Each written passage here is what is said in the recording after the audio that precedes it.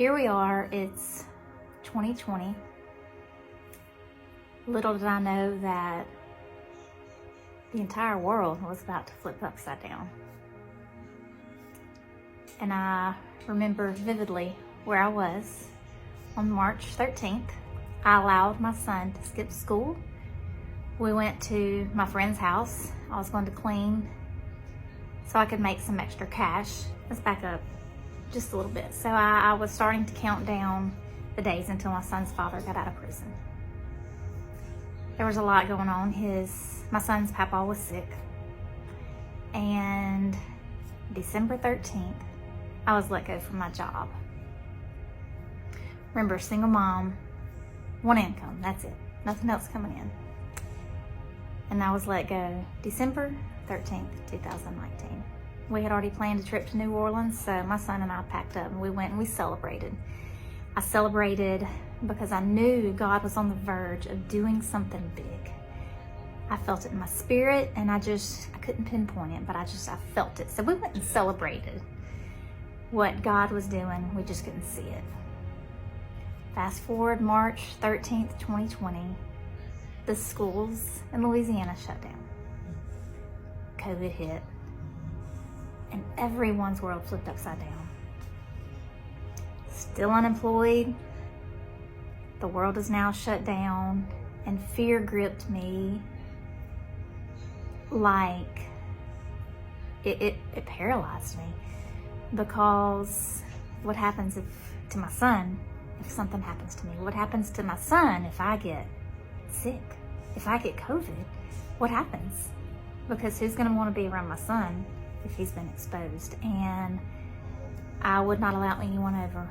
Not my mom, don't come near us.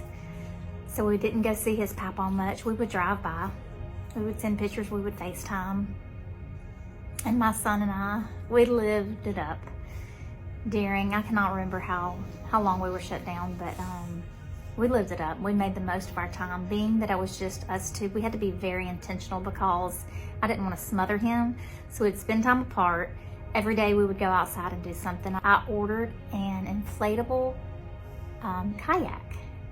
We already had a paddleboard, I believe, and we used that every single day. We would go find some water somewhere near here, and we were very intentional with our time. And that time for us, I don't know if it was preparing us for what was to come. We definitely made use of our time when we were shut in by ourselves.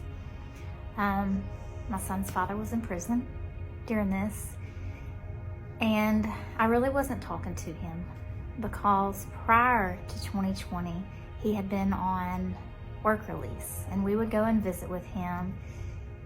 And I told him if he messed up, I was done. And I remember one day I was trying to communicate with him. I'm not exactly sure, but I never heard from him. He had failed a drug test while on work release. And at that moment, I knew he was about to get out of jail. He was actually supposed to get out in March, and he failed a drug test maybe less than a month before he was scheduled to get out. I was mad and angry, and so mad and angry. He missed my son's birthday.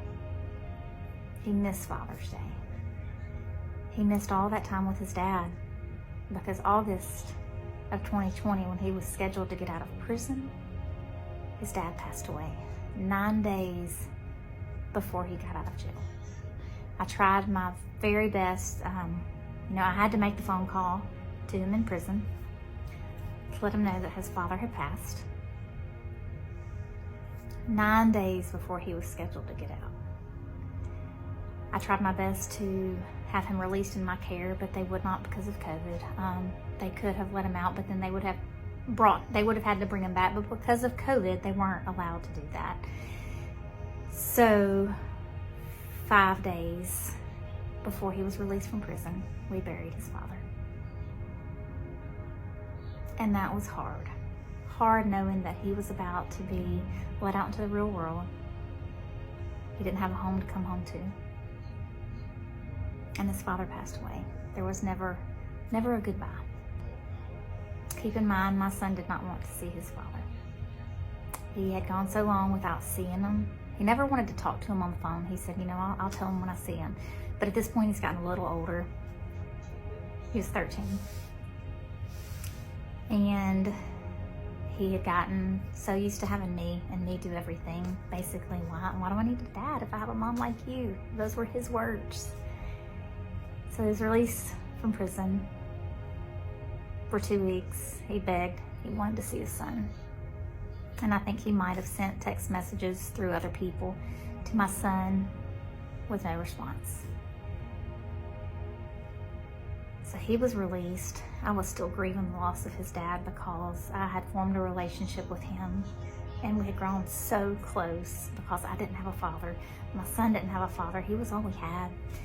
And we had grown so close. So during this time, I was grieving and there were so many emotions that I wasn't prepared for. I tried to prepare myself, but I'm not sure if one can truly prepare themselves to experience the release of someone they love that has been behind bars for 4 years.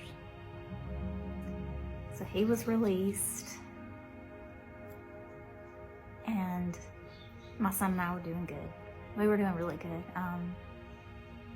My son knew his father was out of prison, but he didn't want to see him. So we just stayed busy like we always do. And I keep asking him, do you want to see your dad? No. Do you want to see your dad? No. And my son appears to be doing great. He is about to enter junior high and middle school, whatever you want to call it. And we were rocking and rolling. And then things change. And that'll be the next story.